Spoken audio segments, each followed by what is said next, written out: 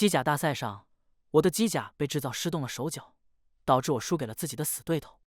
我找他质问时，他神色倔强：“是我害你输了比赛，你想怎么报复我，我都接受。”我还没说话，弹幕就替我做了决定，还能怎么办？当然是原谅他了。笑死，男配表面凶巴巴，其实对女主根本没办法，女主虐他千百遍，他待女主如初恋。虽然男主也很好，但是拧巴的女主宝宝更需要男配这种赶不走的恋爱脑。可恶，为什么不能两个都要？原来我是星际大女主爽文中的深情男配，注定是女主手中的棋子，为她奉献所有。知道剧情后，我笑了。到底谁会为了爱情连国家都不顾啊？大家好，欢迎来到我的频道。不好意思啊，秦二少，这次机甲大赛冠军是我的了。我将机甲收回空间钮，准备离开赛场时，厉彦修拦住了我的去路。他笑得张扬，非常碍眼，以及欠揍。哎呦，眼睛怎么这么红？该不会是躲在机甲里哭鼻子了吧？输给我就这么难以接受吗？我面无表情地看着他，长这么大你也就赢了我这一次，有什么好得意的？而且，若不是我的机甲出了问题，你以为你能赢得了我？方才的比赛中，我特意请机甲制造大师改装过的重装粒子炮，竟然变成了五颜六色的礼炮，不仅没有任何攻击力，反而遮挡了我的视线。就是那么一瞬间的空档，被厉彦修抓到了机会，击中了我的驾驶舱。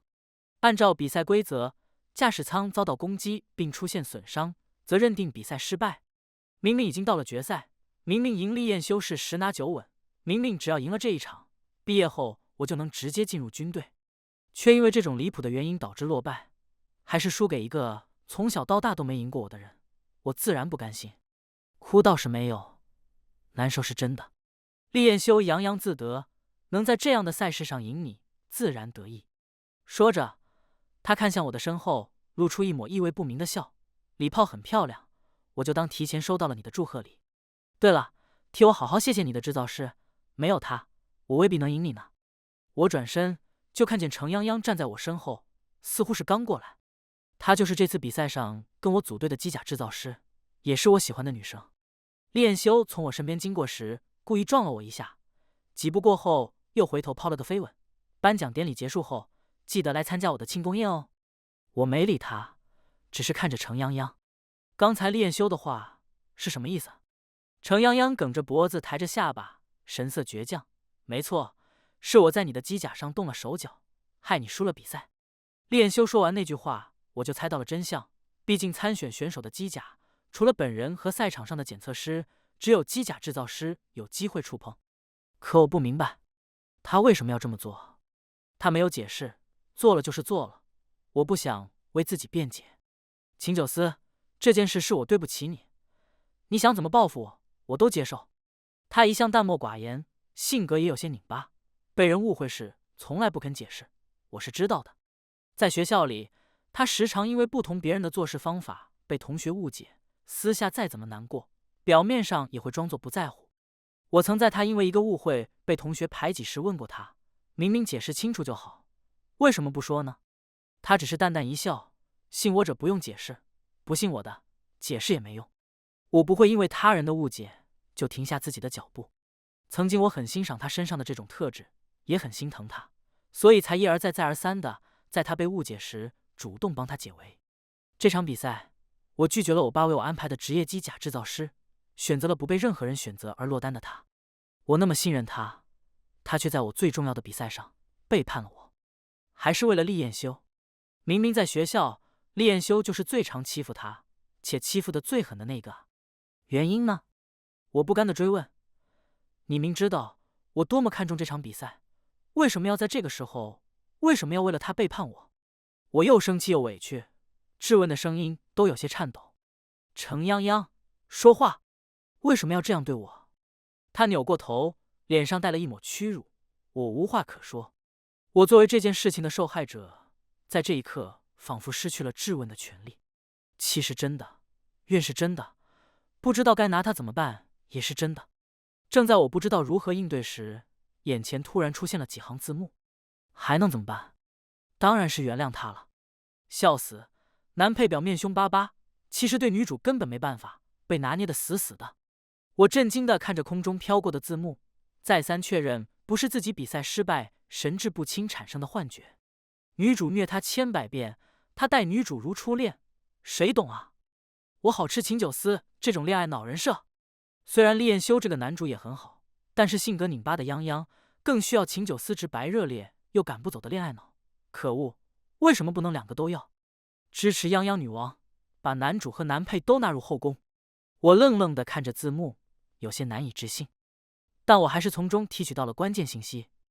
我们生活的世界其实是一本小说，程泱泱是异世界穿越而来的大女主，厉彦修是男主，而我秦九思则是一个对女主爱而不得、痴情不悔的恋爱脑男配。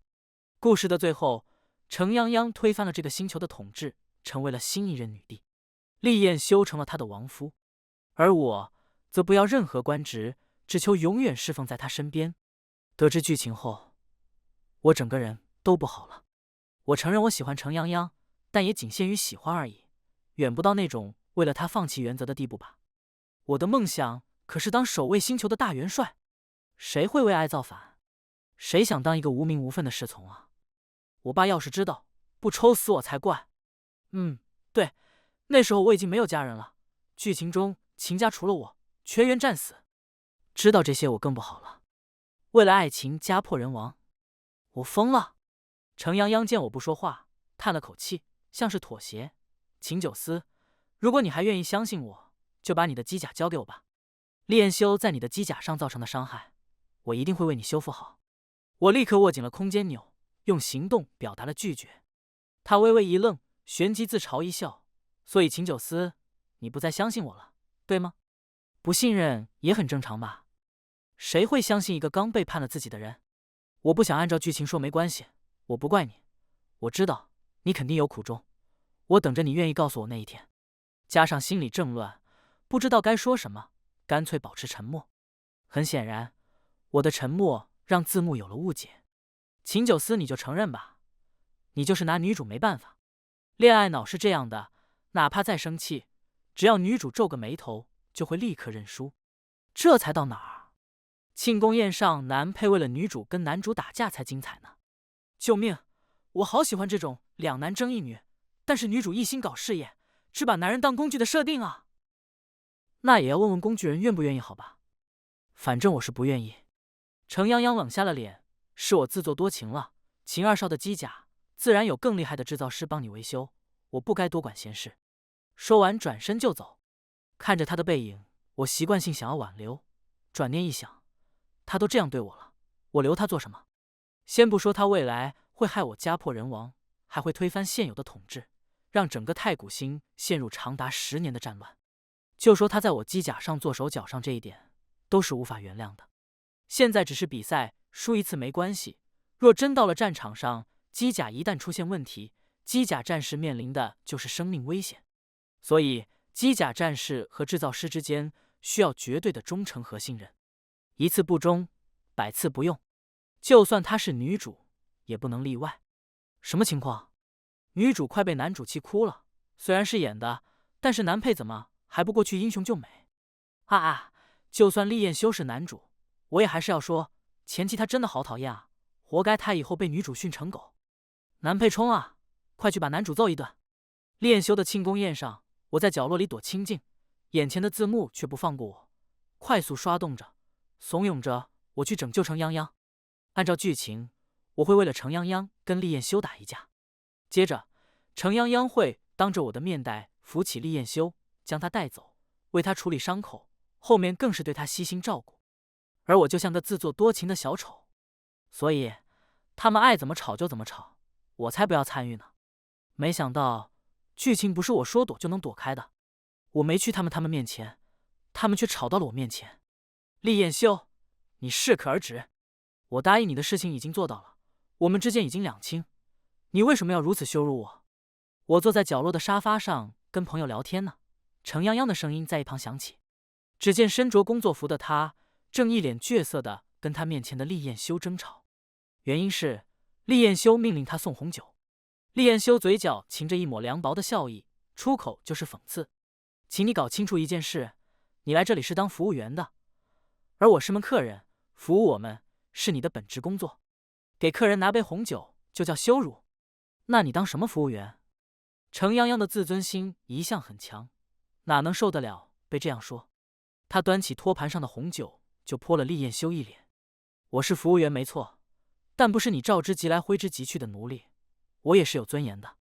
厉彦修，今日之辱，他日必将奉还。”说完，他转身看向我，似祈求又似命令：“秦九思，带我走。”我立刻就拒绝了：“要走你自己走，我还有事呢。”剧情中是我主动要求带他离开，他却以要打工为由不肯走。可他留下来并非是工作，而是照顾厉彦修。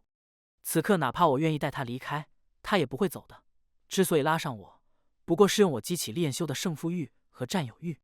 厉彦修也看见了我，顿时来了精神。哟，这不是我手下败将吗？怎么待在这种角落？是没脸见人吗？看着他得意的笑脸，我捏了捏拳头。作弊才赢了我，你还有脸在我面前炫耀？厉彦修，你就不配当一个机甲战士。他哈了一声，看起来颇为沾沾自喜。我这可不叫作弊。机甲战士除了战斗能力，还讲究作战策略。他看了一眼程泱泱，语气轻浮：“你看，我不过使了那么一丁点小计策，你最信任的制造师就为我所用了。”程泱泱怒声道：“你闭嘴！”厉彦修根本不理他，接着对我道：“说起来，你真应该好好谢谢我，没有我，你还认不清自己身边人的真面目呢。这只是比赛没关系，若是真正的战场，你的小命就没了。”虽然话不好听，但是不得不承认，他说的有道理。就是实在太欠揍了。我忍了又忍，还是没忍住，一拳砸在了他脸上。这就是谢礼，满意吗？程泱泱愣了愣，连忙上前拦住我：“秦九思，你冷静一点，不要为了我打架，跟你没关系。”我绕开他，一把抓住厉彦修的领子，背后做手脚：“非君子所为，厉彦修，你有本事就跟我光明正大的打一场。”厉彦修啧了一声，抬手抹去嘴角的血，态度依旧轻浮：“好啊，毕业试炼上我会光明正大的赢你一次。好，那我就等着你。”我松开他，转身离开。程泱泱追了我2步：“秦九思。”我没有回头，他停下了脚步，犹豫片刻，转身去扶了厉彦修。我听见他用别扭的声音说：“你流血了，跟我去休息室，我给你处理一下。”“滚开，不用你管。”“不用看都知道。”厉彦修挥开了他。程泱泱冷声道：“要不是担心你受伤会影响我的工作，你以为我想管你？”厉彦修丝毫不领情：“你装什么好人？我不是秦九思，你骗不过我。”他们又开始你来我往的争吵。字幕上管这叫极限拉扯，相爱相杀。此时的厉彦修还没有喜欢上程泱泱，对身份神秘、行为诡异的他始终保持猜忌，一次次地靠近，欺负也只是试探。此时的程泱泱也只是在攻略厉彦修，为自己以后的谋划铺路，而我从始至终都是一个工具人。现在我不想再参与他们之间的攻略游戏了，我有更重要的事情要做。1个月后就是毕业试炼，届时程泱泱会设计一场动乱，不仅害死了2000多名学生，还让群众对军方失去了信任。那之后，整个太古星便陷入了混乱。所以，我不仅要在试炼中赢过厉彦修，还要阻止那场动乱的发生。秦九思肯定会选泱泱做自己的试炼搭档，可他不知道泱泱的选择是厉彦修。泱泱为了攻略厉彦修，真是豁出去了。不过幸好，这次历练结束，厉彦修就彻底被驯服了。不是，秦九思，你在做什么？为什么要接受学校安排的机甲制造师？你不是应该除了泱泱谁都不要吗？我无视字幕，在学校安排的组队申请表上签下了自己的名字。光脑自动录入，显示配对成功。剧情中，我选择了程泱泱，他也答应了我，却在出发前夕反悔，成了厉彦修的搭档。我只能一个人参加试炼。既然知道他不会选我，我又何必做一个不会被选择的选项呢？我没想到，我没去找程泱泱，他反倒来找我了。我从字幕上得知，原来是因为我一直没有按照剧情去请他做我的搭档，导致一直喜欢跟我竞争的厉彦修也没有去抢着要他。眼看明天就出发了，他又一次成为了没人选的制造师。于是他来找我了。毕竟按照以往的剧情，只要他来找我，厉彦修就一定会跟我抢他。只可惜竟是不同以往。他在训练室拦住了我，抬着下巴，用一副施舍的表情对我道：“秦九思，关于组队的事情，我想跟你聊聊。”我立马摆手道：“不用了，我已经有。”他打断了我：“我知道你选了我，我一直在考虑要不要答应。现在我想好了，我愿意做你的机甲制造师。这次试炼，我一定会帮你赢过厉彦修。”我心说：“你可拉倒吧！剧情中的这次试炼，我为了你身受重伤，以后连机甲都无法驾驶了，我有病才跟你组队呢。”我打断了他的自说自话：“不好意思啊，泱泱，我已经有搭档了。”他有些错愕，似乎不明白以前说过除了他谁都不要的我，为什么会选择别人。最终他只是惨淡一笑：“算了，当我没说。”看见他一副对我很失望的表情，我莫名有些不爽。他能把我当猴耍，我就不能拒绝他了？未免太双标。出发当天，程泱泱跟厉彦修同时上船。此时船上还有3个空位，一个是我身边的位置，另外2个是连座。程泱泱径直走到了我身旁。按照剧情，我应该满怀激动地邀请他坐在我身边。事实上，我稳如老狗，并准备告诉他这里有人。没想到厉彦修在我开口前抓住了程泱泱的手臂，稍稍用力就把他拽到了身后。字幕瞬间一片粉红。哈哈，男主这该死的占有欲，老婆只能跟我坐一起。女主越来越知道怎么拿捏男主了，只要利用一下男配，就能得到自己想要的结果。只有我心疼男配吗？他特意给女主留了位置，还贴心的准备了好多小零食，连跟女主坐在一起聊什么话题都想好了。若是知道女主只是利用他激发男主的占有欲，他该有多难过。我不是难过，是难受。2个人都站在我旁边，很烦的好不好？而且谁说零食是给他准备的了？我明明是给自己准备的。我出声驱赶，你们2个可以去后面。厉彦修跟我同时开了口：“你去后面坐。”他是对程泱泱说的。程泱泱梗着脖子不动，淡淡道：“你管我坐哪里？”厉彦修一屁股坐在我旁边：“也是，那你随意，这个位置是我的了。”程泱泱一僵，想说什么时，厉彦修已经转头看向了我：“秦二少不介意我坐这里吧？”我面无表情道：“介意，你可以滚吗？”他咧嘴一笑：“不可以，我为什么要在意你的感受？”程泱泱在原地站了一会儿，绷着脸去了后面。字幕肉眼可见的茫然了。男主是不想让女主跟男配坐在一起，才自己跟男配坐一起，这样理解对吗？就在这时，船上又上来了一人，还好赶上了，差点以为要迟到。是蓝芷，他是我这次的搭档。他冲我眨了眨眼，就去了程泱泱身边，开始热情地拉着程泱泱讲话。与此同时，厉彦修突然从过头，小声且快速对我说了句：“离程泱泱远点。”我皱起眉头：“你威胁我？”他翻了个白眼，把我的手拉过去，在我的掌心写了一个字。我有些惊愕地瞪大了眼睛。飞船启动，6个小时后，我们将在瓦尔星降落，开始我们的试炼。瓦尔星是军队的试炼场，上面设置了许多关卡，还投放了很多虫兽。我们要在这里待上1个月，试炼过程24小时全星球直播，所有人都能看见。有军队随行在暗中保护，不过他们不会插手，只有学生遇到生命危险时，他们才会出面。一旦军队出手救人，也意味着被救的人试炼失败。在这样危险的地方，单打独斗显然不是什么聪明做法，很多学生都选择了结盟。我也是这个打算，所以在程泱泱主动找到我，表达出想要结盟的意愿时，我答应了他。当然不是字幕上说的想留在他身边保护他什么的，我纯粹是想着就近监视他，这样才能在他使坏时及时反应。如此一来，字幕和程泱泱都很满意。我就说秦九思拒绝不了泱泱，装了这么久，忍不住了吧？厉彦修，你就承认吧，你就是不想泱泱跟秦九思单独相处，还得是我泱姐拿捏男人，轻轻松松，3人行刚好。那个蝼蚁儿和那什么蓝芷真的好多余。不怕，一个恶毒女配一个炮灰，根本不是泱泱的对手。炮灰是说兰芷吗？我心说，她可不是炮灰。至于娄莹儿，她是当今女王陛下的小堂妹，身份比这里的任何一个人都尊贵。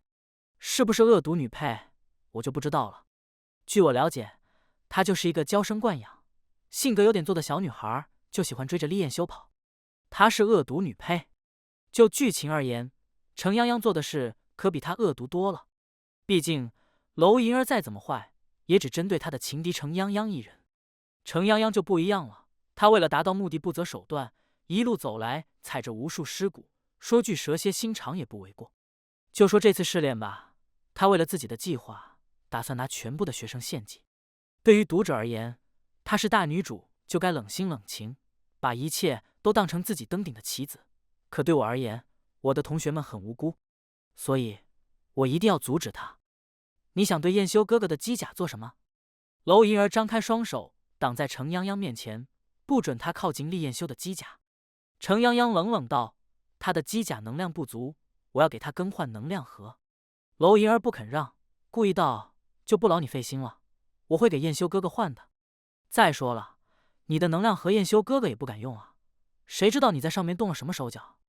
此话一出，程泱泱拧起了眉，伸手推了一下娄莹儿：“我只是尽制造师的职责，他用不用是他的事，与你无关。”他没用力，娄莹儿却直接摔倒在地，还很夸张的叫了一声。成功把一旁正在跟我们一起总结上一次作战经验的厉彦修引了过去。他满脸不耐烦道：“你们又怎么了？”这个又字就很形象了，他们两个每天都能因为各种小事吵起来，虽然每次都是娄莹儿故意找茬。娄莹儿把刚才的事情说了一遍，末了还抹了抹眼泪：“泱泱姐姐一定不是故意推我的，是我自己没站稳。彦修哥哥，你不要怪泱泱姐姐。”厉彦修呵了一声：“站都站不稳，你参加什么试炼？你干脆退出得了，省得拖我后腿。你哥也在护卫队中，要我喊他把你带走吗？”娄莹儿立马站了起来，小脸都白了：“我以后会注意的。彦修哥哥，你不要赶我走。”字幕一片叫好，男主连女主都对，还会联系一个女配吗？笑发财了，茶艺在男主这里根本不管用，所以女主才另辟蹊径啊。要论心机，女主排第一，其他人根本不够看。但是很快他们就笑不出来了，因为厉彦修也没放过程泱泱。他转头看向刚挑起唇角的程泱泱，冷声警告道：“组队时我就说过，你跟着我可以，但是仅限于跟着，不要做多余的事情。”程泱泱恼怒道：“给你的机甲换能量盒也算多余的事？”厉彦修道：“我不需要，就是多余。还有，我说过不要碰我的机甲，你记不住吗？”程泱泱转身就走：“不要拉倒，我辛苦做的，还不想给你用吗？”下一秒，我也笑不出来了，因为程泱泱把一枚能量盒色到了我手里，送你了。话是对我说的，眼睛却看向厉彦修：“好好，什么时候都不忘利用我是吧？那也要看我配不配合了。”娄莹儿有句话没说错，程泱泱确实在能量盒上动了手脚。剧情中，他先是利用我对他的信任，借我的口告诉大家，他的能量盒比一般的能量盒更好用。接着，身怀神秘力量的他操控虫兽偷走了学生们的装备，再大方地将自己的能量盒分给了学生们。正是因为用了他给的能量盒，才会在后期遭遇变异虫兽攻击时，机甲大规模失灵，完全无法阻挡虫兽的攻击，导致死伤惨重。想到这里，我把本该藏起来不舍得使用的能量盒直接安在了机甲上，故意扬声道：“泱泱，谢谢你的能量盒，我会用你亲手制造的能量盒多杀几只虫兽的。”他笑了笑：“那你记得告诉我你的使用感受。”我点头：“那必须的，我一定会好好的把自己的使用感受告诉大家的。”虫兽袭来时，驾驶机甲的我突然停止动作，硬生生挨了一下。下一秒，攻击我的虫兽被厉彦修一炮轰成了渣。通讯仪中，他的声音透着幸灾乐祸：“哟，秦二少，你什么情况？在这种时候也能走神啊？”我又动了起来，快速绕到他身后，斩断了一条袭向他的触手。机甲失灵。他顿了一下，语气难得严肃起来：“不是在给自己的失误找借口吧？”我无语道：“你以为我是你啊？”他没再说话，而是往我这边靠近了一些。你往里面退。机甲失灵属于很严重的事故了。他与我虽是死对头，却不是敌人，到底也是一起长大的关系，不会在这种关头袖手旁观。我应了一声，很配合的往里退。然而没退2步，我再次突兀的停下。这一次，刚才被我斩断触手的虫兽抓住了机会，一下扬起4条触手朝我砸了过来。若是被他砸中，我的机甲基本上就报废了。我冷静地打开了防护罩。秦九思，厉彦修喊了一声，可他只来及打断其中2条触手，其他条还是落在了我的机甲上。轰然一声，我的机甲倒飞出去，重重地撞在了一旁的山壁上。驾驶舱承受了巨大的冲击，整个都已经变形了。饶是我提前打开了防护罩，也被震得喉咙一甜，吐了一口血。我咳了一声，咧嘴一笑，到这里，我的目的就达到了。看着同学们冲过来为我掩护的身影，我忍着疼痛从已经变形的驾驶舱内爬出，快速换上了备用甲，再次加入战斗。接下来，机甲没有再出现任何问题，我们用了将近1个小时才击退了虫兽。我从机甲上下来时，程泱泱迎了上来，他担心地看着我：“你受伤了，我帮你处理一下吧。”仔细看，能看出他眼中的慌张。我故意咳了2声，引起大家的注意后，往后退了2步，避开了程泱泱，用防备的眼神看着他。不用了。这时，厉彦修走了过来，将我那台已经变形的机甲空间扭丢给了我。一场战斗，机甲失灵了2次。秦九思，你真是好样的。其他同学也都靠了过来，七嘴八舌地讨论起来。秦九思一向爱护自己的机甲，怎么会在这种时候出现失灵这种严重故障？蓝直，你没有给他检查吗？蓝直举手道：“我可以发誓，上一次我给他的机甲做检查时，没有任何问题。”有人接着道：“他可是机甲系第1名啊，不可能在这种战斗中失误，所以肯定是机甲的问题。蓝直，你再给检查一下，看看是哪里的原因。”蓝直看了我一眼，认同道：“我也是这个打算。九思同学，把机甲给我吧。”程泱泱打断了他，向来清傲的他语气难得带上了一丝讨好：“还是我来吧，以前都是我给你检查的，从来没有出现过任何问题。这位蓝指同学可能不太熟悉你的机甲，所以检修不到位。”说着就伸手夺我的空间钮。我避开了他，看着他的眼睛道：“不用检查了，我知道是什么原因。程泱泱，我的机甲没有问题，有问题的是你给我的能量盒。”此言一出，众人皆惊，全部不可置信地看着程泱泱。我接着道：“上次机甲大赛，你在我的机甲上动手脚，害我输了比赛，我没跟你计较。可这次，你明知道这里有多危险，稍有不慎我就有可能丧命，你为什么还要故技重施？程泱泱，我到底哪里得罪你了？你要这样害我，不是要反馈吗？我给你。”顺便把众人不知道的事情全部剖开来。他能通过算计和手段瓦解民众对军方的信任，我就能让大家通过我的前车之鉴失去对他的信任。程泱泱在众人审视的目光中努力维持着淡定。秦九思，你在说什么啊？我的能量盒怎么可能？我没给他解释的机会，当着众人的面把那枚能量盒拿了出来，有没有问题？检查一下就知道了。制造系的同学们，有劳你们一起看看，这枚能量盒有没有问题？程泱泱顿时就慌了，他也顾不得自己从不解释的人设了。可能是我的制作过程出了一些问题，但是我真的没有想过要害你。秦九思，我们认识这么久，你该了解我的。我做出一副苦笑的样子，在你没背叛我之前，我真的以为自己了解你，可现在我不确定了。经过检查，能量盒确实很有问题，而且问题很大。能量盒上面附着一种特殊物质，不仅无法为机甲功能，还会影响机甲的灵活度。检查结果一出来，程泱泱脸色都白了，他辩无可辩，只能死咬着不承认。我不知道为什么会这样，如果你们怀疑我，我百口莫辩。娄莹儿在一旁阴阳怪气，还好燕修哥哥没用你的能量盒，不然他也要受伤了。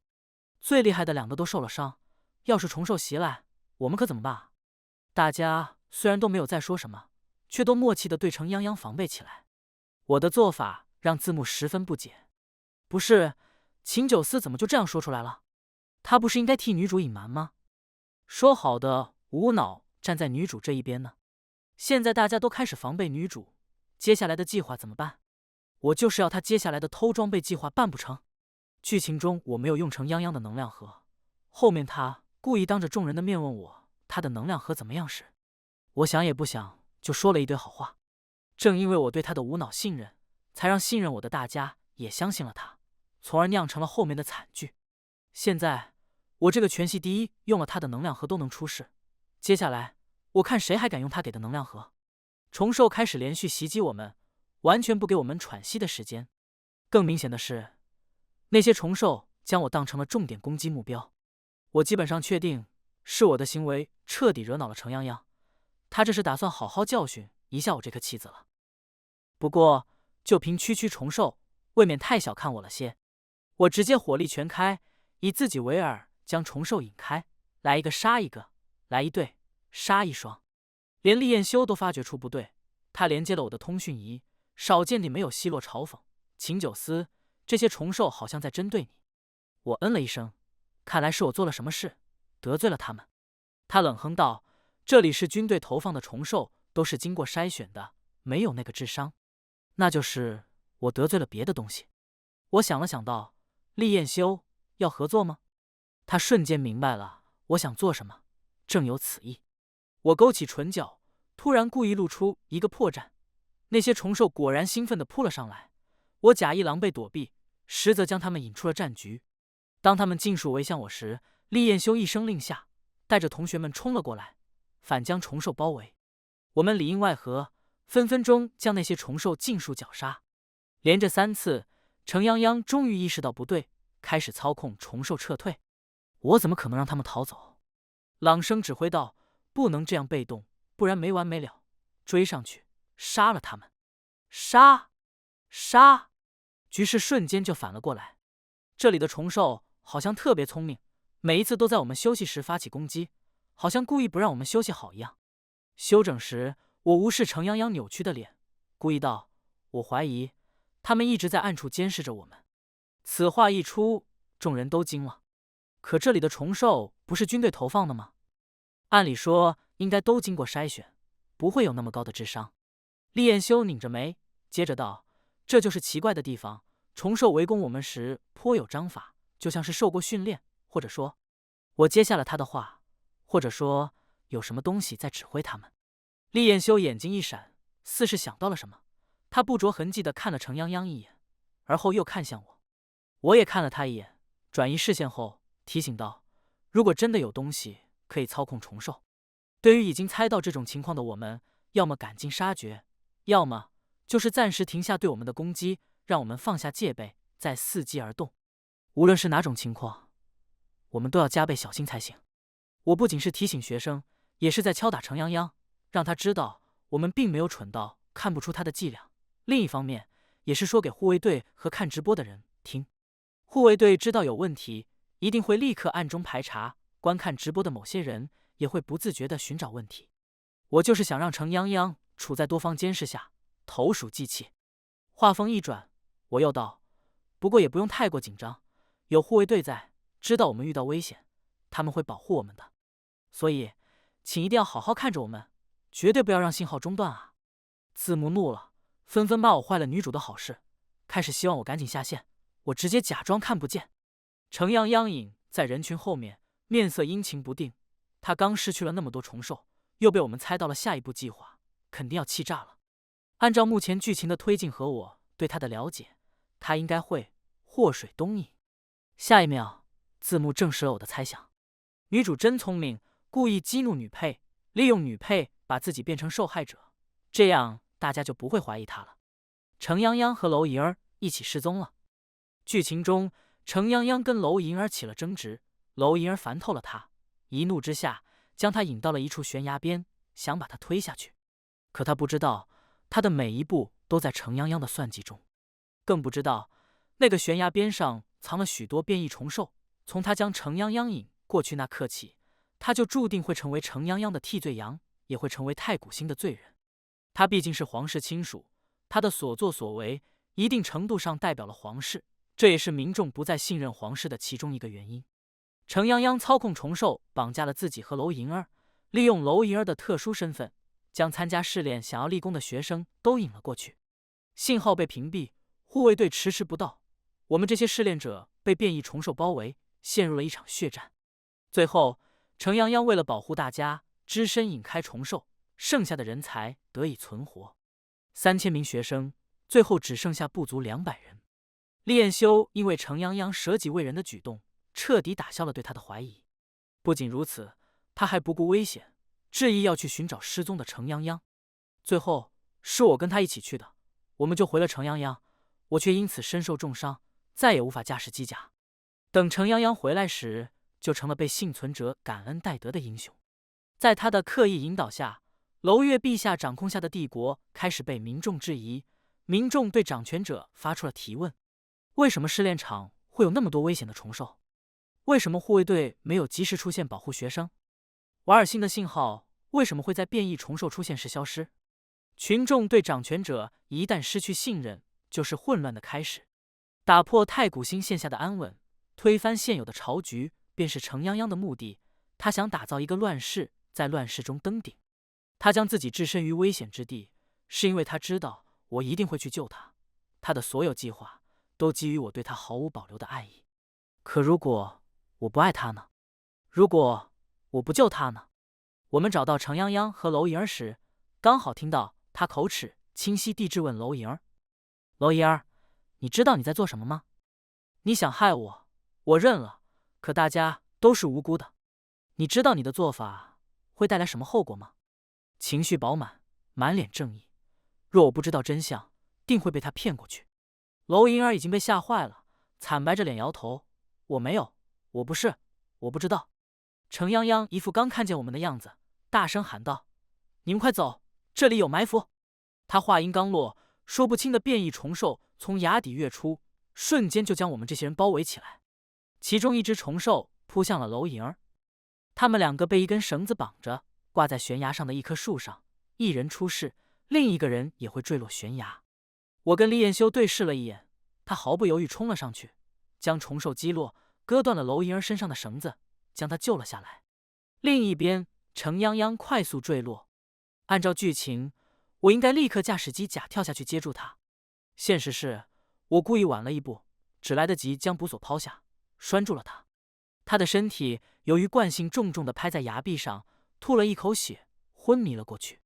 之所以救他，是因为我知道他就算掉下去也不会有事，与其让他在看不见的地方生事，不如就近看着他，让他什么都做不了。我将他提了上来，交给了蓝芷。麻烦你看着他。蓝芷露齿一笑，笑出2个小酒窝。你放心，我一定会好好看着他的。我觉得他态度有点奇怪，不过现在不是想这些的时候。我点点头，就加入了战局。接下来的一切都跟原剧情不一样。信号没有消失，直播没有中断，变异虫兽刚出现没多久，护卫队就到了。他们训练有素地带领我们展开了对虫兽的围剿。我们用了3个多小时，就将所有虫兽尽数剿灭，还成功找到了他们进入瓦尔星的通道。有人受伤，却无一人死亡。不过程泱泱和字幕却破了大防。不是，有没有搞错？女主就这样失败了？男配在搞什么？他救女主时为什么要犹豫？要不是他，女主也不会受伤昏迷。还有那个蓝芷是什么情况？他给女主打了安眠针。要是女主早点醒来，一定不是这个结局。我不要这个结果，这一点都不爽。我要看女主颠覆世界，成为女王。他们要的爽，是战乱，是流血，是大女主踩着无数尸骨走向巅峰。可我们不一样。程泱泱醒来后，一切都已经尘埃落定。得知我们剿灭了所有虫兽，还利用通道抓到了他的同伙后，他甚至没维持住人设，失声尖叫道：怎么会这样？蓝芷莫名其妙地看着他，这样不好吗？程泱泱同学，我们赢了，你看起来好像很不高兴的样子。注意到大家异样的目光，程泱泱忙敛了神色，露出一抹笑。怎么会呢？我就是太惊讶了，没想到大家这么厉害。蓝芷望着他，笑得意味深长。那你还真是不了解自己的同学呢。但凡你了解一点，就会发现我根本就不是你的同学。在程泱泱不解的目光下，他笑了一声，用快的不可思议的速度将蓝芷的双手铐上了。自我介绍一下，我叫蓝芷，军队制造师，你可以叫我蓝少校。程泱泱，你操控虫兽虐杀同胞，企图谋反，证据确凿，我将依法逮捕你。跟我走吧。程泱泱难以置信地瞪大眼睛，他终于迟钝地发现，周围对他投来的视线都带着浓浓的仇恨。在我们这里，没有人不爱和平，没有人不恨试图摧毁和平的反叛者。程泱泱被带走时面色苍白，神情屈辱，可眼底闪烁的依旧是强烈的不甘心。我也是战斗后，从李彦修的口中才知道蓝芷的身份。他作为机甲制造师被抽调至机甲大赛上帮忙，观看了全程比赛的他，注意到有好几架机甲都被动了手脚。循着线索，他查到了程泱泱和几名目的不明的可疑人士。在我还没看见字幕前，程泱泱就已经处在军队的监管中了。接着，蓝芷和数百名军人被安排进我们学校，用学生的身份跟我们一同登陆瓦尔星。程泱泱在瓦尔星的一举一动都被严密的监视着。也就是说，无论有没有我，程泱泱的计划都不会成功。还有厉彦修这家伙，他早就被军方谈过话了，所以他从一开始就是军方安排在程泱泱身边的棋子。去瓦尔星的飞船上，他意识到我已经不再信任程泱泱后，才会提醒我那句话。当时他在我手心里写的字是“奸”，也就是间谍的意思，所以历练中很多事他都在有意识地配合我去完成。我本来有点生气，他什么都知道，我却被蒙在鼓里，片刻又释然了。也没什么不好，至少我们都一样爱这个星球。不过我在试炼中的表现还是让军方注意到了我。蓝芷离开前特意来见我，通知我毕业之后去军队报道。唯一不开心的是，跟我一起报道的人还有厉彦修。再次听说程泱泱的消息是在3个月后，他在提审前突然疯了。